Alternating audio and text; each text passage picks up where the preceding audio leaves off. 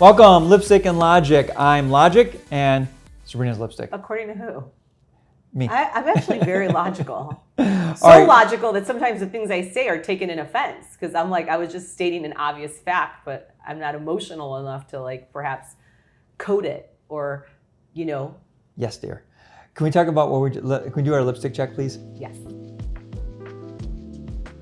And where did we just get back from? Chile. Wow. Yeah, it was wonderful. I was impressed how welcoming they were, the camaraderie amongst all the different physicians, or at least as the way we saw it. Yeah. And it was such a warm introduction, wasn't it? It was great. And you did everything in Spanish. That was very impressive. Yeah. Although it was my first language, I think the fact that I didn't write it or read it until I was about 12 has an impact on my ability to maybe give a whole lecture in Spanish. And so even though I'm fluent, it does make it not always, because it's not my first language now, you know, what I primarily think and speak in, it's a little harder. Do you think there's a difference in the culture in South America from Europe or from North America that you can define?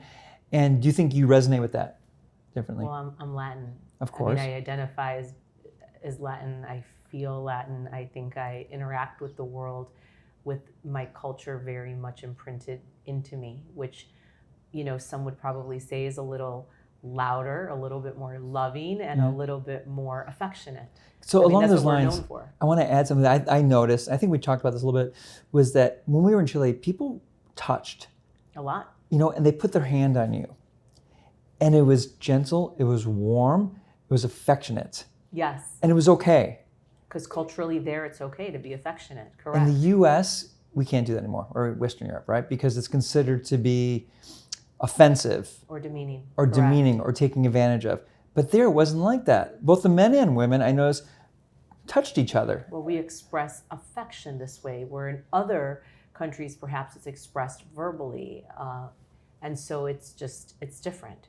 So that got me thinking, and I think you know this because we're on the plane ride back together. My mind was exploding with ideas. Are we going to bump up the jewels now? Yeah, let's just bump up the jewels. Let's go right to it, because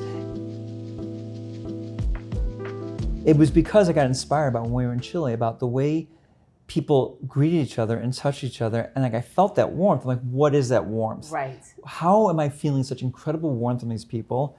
And is it that they're just being nice to us? Oxytocin. And they're being Yes, but I want that, and yes, it goes to oxytocin. It goes to clearly what we're defining with XOMD, but it's more than just our skincare line, and that's the point I want to get across. This is beyond us. Of course. And that's what makes this so beautiful, is that we're heading a movement that's beyond us, and it's the social skin.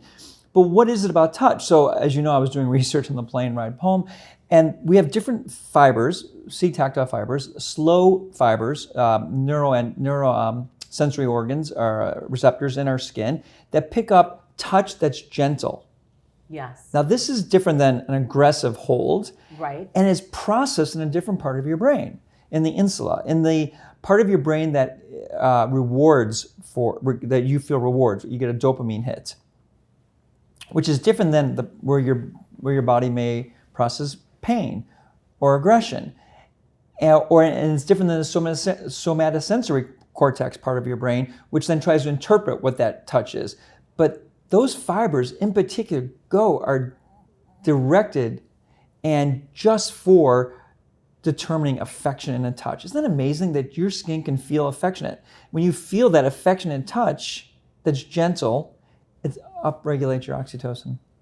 Right, and it's right so that you don't, it probably helps differentiate between something, because you write about this all the time, our primary brain, like our more primitive brain that is intended to perceive danger, right? So to have that nuance available to us in our skin is probably biologically able to help us protect ourselves from something that may be a perceived threat, because ultimately we're here to protect ourselves and not die off. And also if someone's an affectionate person, like it's a family member or a romantic interest, like you want to feel that touch, and you don't want to have to think about that touch.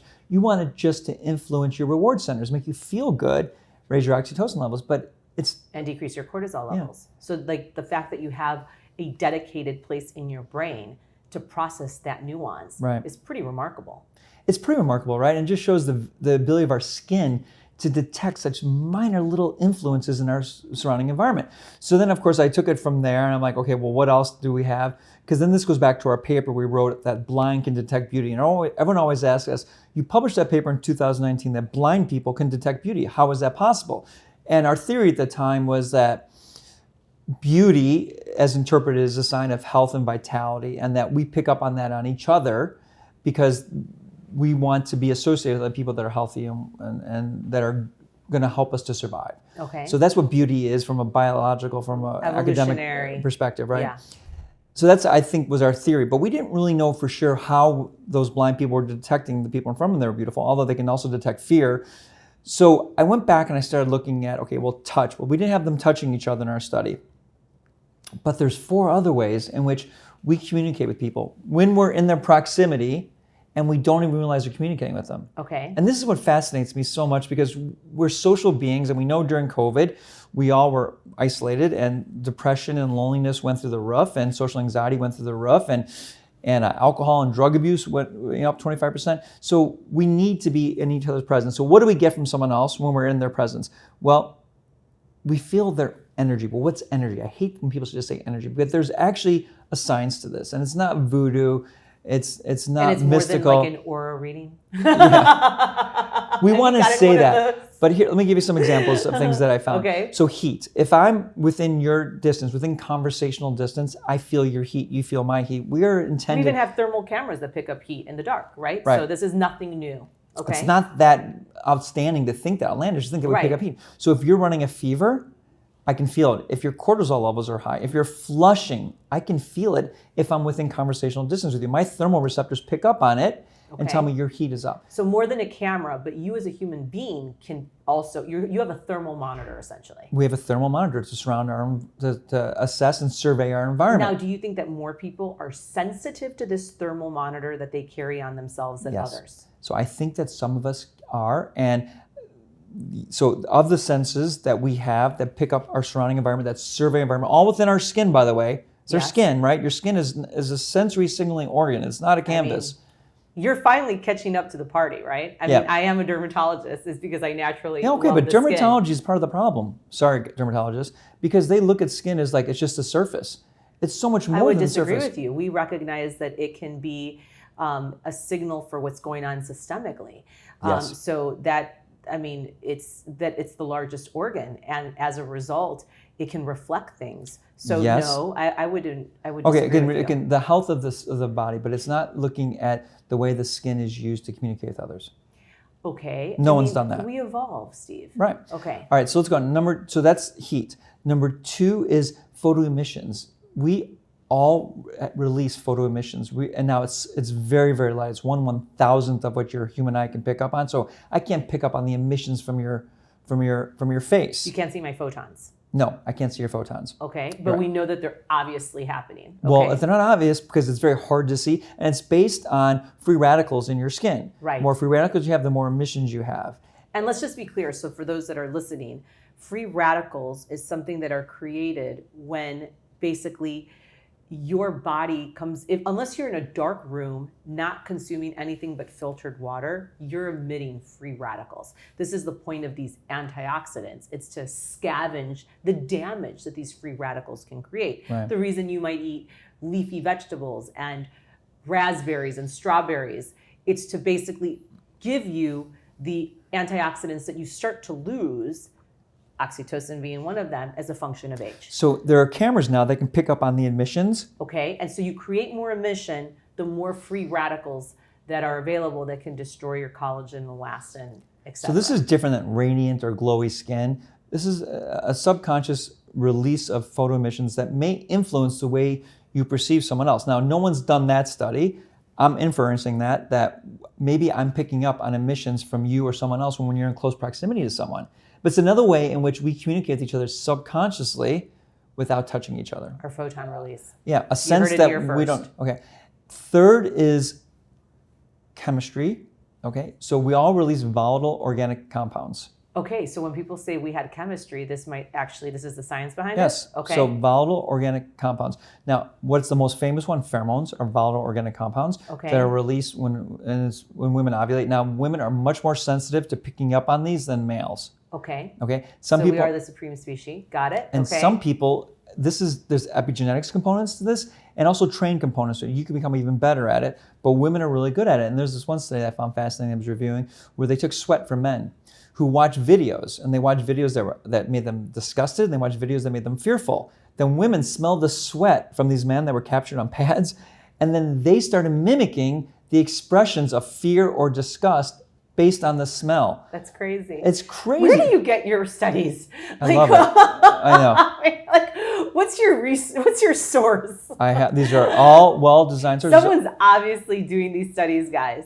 So, why are people doing these studies? I'm always curious. What are they trying to elucidate? Well, the same people like myself who are interested in these concepts about but these are all multiple areas of disciplines of medicine and science that I'm kind of bringing together to try to establish why the skin is the social organ.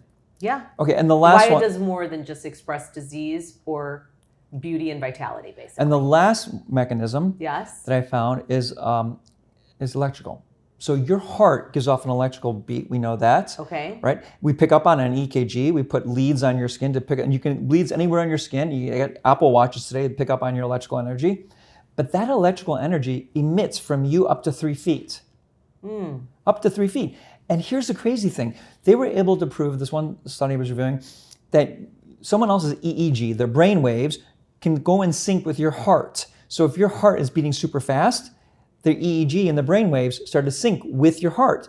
Be careful of the company you keep, guys. Yes. So this might explain it. This is so fascinating to me. So when someone walks in the room, you're like, that person's so calm, and it has a calming effect on you.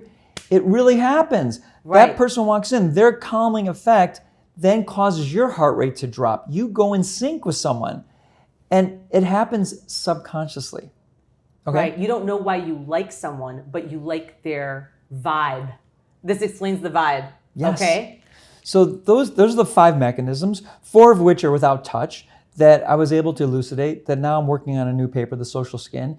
But it fascinates me because we talk about energy, but there's science out there to show that we communicate with others subconsciously. Photonically, electronically, chemically, and heat. And thermally. Yeah. Now, I mean, that's great. So the 4 pillars of energy. I call it HVCPE because that's my way to remember it.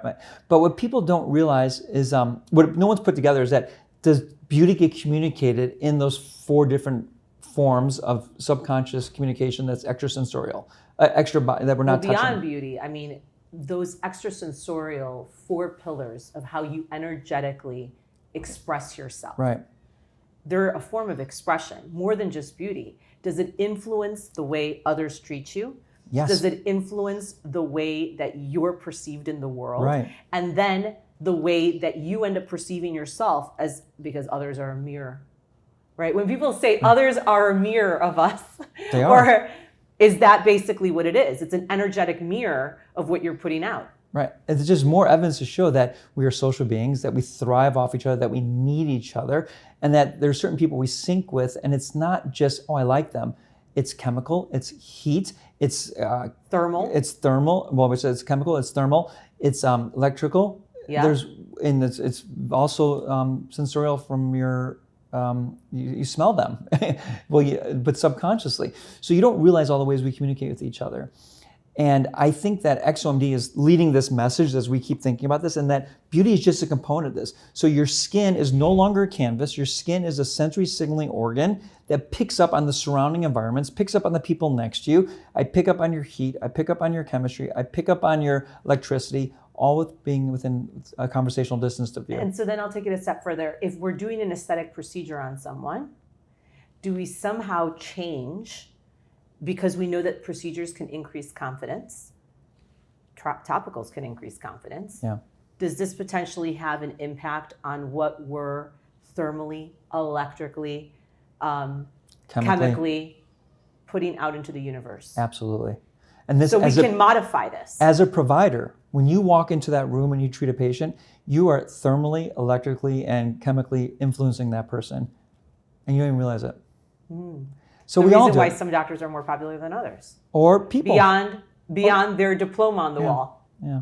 So anyways, I think that's a lot. So what are the doctor's notes, guys? I mean, you heard it here first. I love how you're always expanding the way that we think, making the obvious, well, the less obvious, more obvious, which is your gift. But that's something we all know.